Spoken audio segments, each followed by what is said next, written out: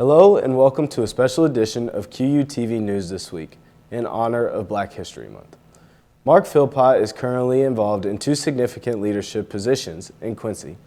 He is the president of Quincy Park Board, where he is responsible for overseeing the decisions made concerning the parks and recreation facilities in the city.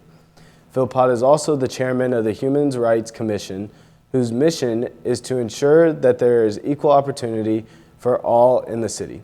Philpot is the first African-American president of the Park Board, and his appointment is a significant milestone in the representation of the city's residents. Mark Philpot joins us today to talk about the human rights and Black History Month. Thank you for joining us. How are you today? Glad to be here. Thank you so much for having me. It's awesome to have you. So we're going to kick it off. How do you see Black History Month shown and represented not only nationally, but here in Quincy? So I think that the time is absolutely perfect for us to discuss the significance of Black History Month, not only just locally, but in our nation. Although the African American community is relatively small in Quincy and Adams County, it has a significant history that extends all the way back to the days of the Underground Railroad. Just outside of Quincy, we have the New Philadelphia settlement, which represents that's in Barry, just in Pike County, and that represents the first town that was ever platted by an African American, Free Frank McWhorter. So that history is very important to get us from where we've been to where we are presently. So the time is just absolutely perfect for us to discuss those issues. And whenever you say where you want to be perfectly, we're going to kind of jump into the next question. 5 years from now, what would you like Black History Month to look like here in Quincy? So I think that it's an opportunity to share and expound upon the great diversity that our city has. There's a lot of rich history and an opportunity for people to get together and discuss their differences as well as their similarities, because I do believe that we have more similarities than differences. So it's a great chance to get together and embrace some of those things with the culture, the food, the music, so many different pieces of what makes Quincy a great city. And it's just a great time to be able to talk about that.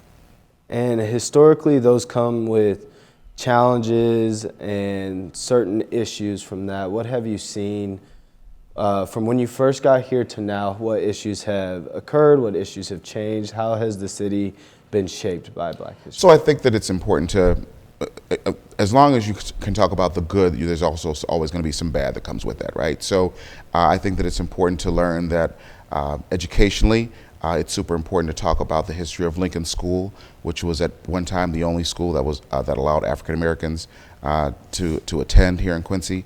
That school was closed in, I believe, 1957. But most importantly, it's the building itself still exists on the Blessing Hospital campus. It's currently being used for their physical plant. So there's a plaque outside that was added as a part of the Adams County 250 Commission. And one of those opportunities was a chance to kind of talk about the history of how education evolved in Quincy, not only for African Americans, but for our city as a whole. Yeah. And how can that kind of serve as a starting point for justice, equality, and just opportunities year-round whenever it comes to Black history? So when you talk about equality, it's important to discuss that bringing people together and caring about your community and how you enjoy being a part of what is the Quincy culture, that's a chance to, there's room for everyone in that pot, right? So it's a good chance to talk about how we want to advance that as it relates to representation in government, representation in business, representation in education, and what I would like to see at some point is a greater expanse upon those topics, right? There is definitely opportunity to open up those advancements and those gateways for people of all cultures to be able to make Quincy a better place to live. And with all cultures, what does the human rights look like from a local level of moving forward? So I'll share with you a little bit about the Human Rights Commission. So the Human Rights Commission is a commission that operates under the mayor's office.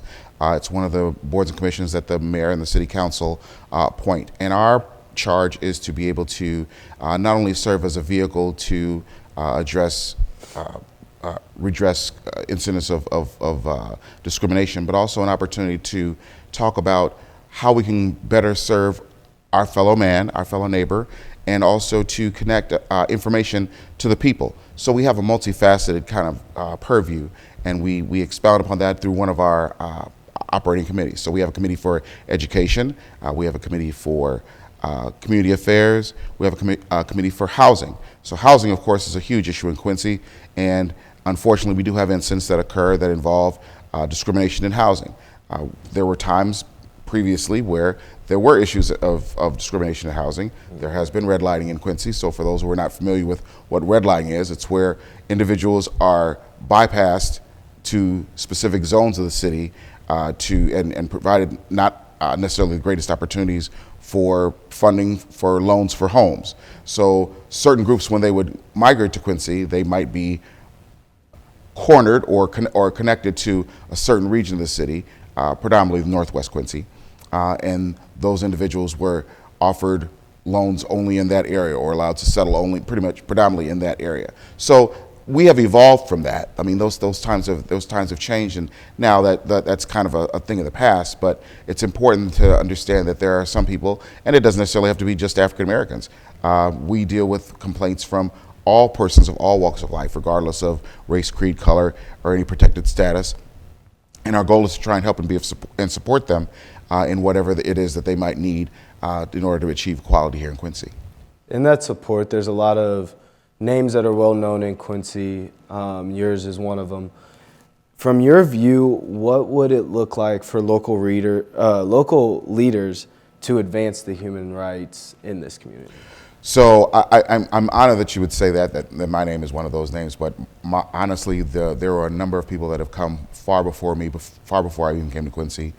Ben Bunbury comes to mind. Ben Bunbury was the first African American to serve on the park board, and it's honestly upon his shoulders that I'm able to achieve this, the success that I've been fortunate enough to have. Not being a Quincy native son, it's very humbling to have Quincy having adopted me and accepted me so willingly in offering me an opportunity to serve our community. So I'm really very humbled from that. But that being said, there are a number of individuals that are currently doing that good work today. Alan Hickman comes to mind, also Dennis Williams, Cecil Weathers. There are so many individuals that here in town that are doing that good work. And they're not only, it's a great chance for us to talk about where they came from, because these are people that have been in the community for forever, right? So I'm just humbled by to even be in their company. Thank you. Do you have anything else you'd like to add today? No, I'm grateful for the opportunity. I'm super excited about Black History Month. I'm hoping that at some point our celebration of that will become a larger conversation. I would really like to see more festivals in town to kind of accentuate that culture and that the food and just the liveliness that is Black America, because Black history is American history. And I think that that's probably the most important thing that we want to try and take away from Black History Month, is that it is an indelible part of what makes America fantastic and the best country in the world. So that's why we need to celebrate Black history, because it's a part of all of us. Thank you. This has been a special presentation of QUTV News. Thank you for watching, and find more stories on QUmedia.net and our social media accounts. Have a great day.